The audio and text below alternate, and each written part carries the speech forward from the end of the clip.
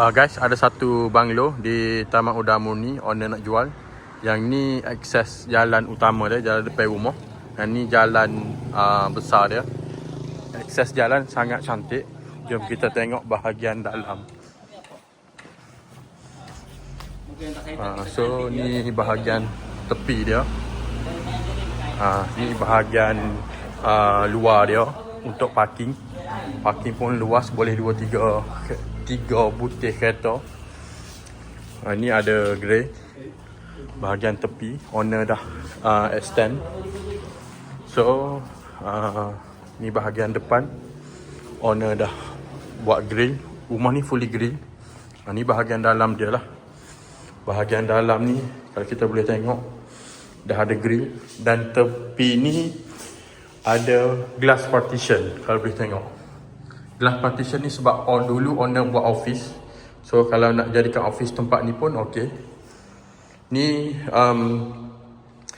bahagian ruang tamu utama.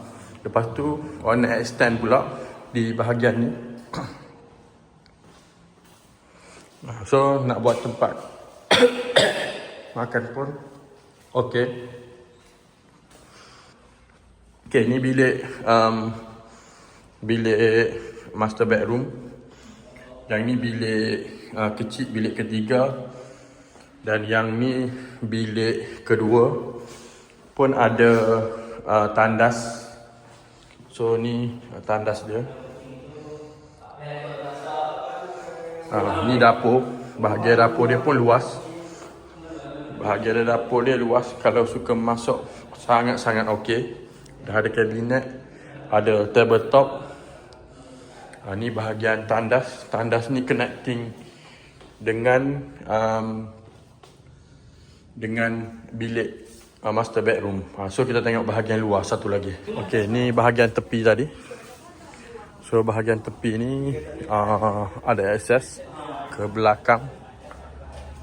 Luas lagi. So nak jemur kain ke, nak buat tempat tanam pokok bunga pun okey. Rumah ni dia ada 2 sumber air.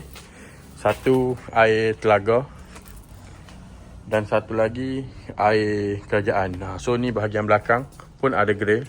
Kalau nak sipir barat ataupun nak buat dapur basah pun sangat sesuai.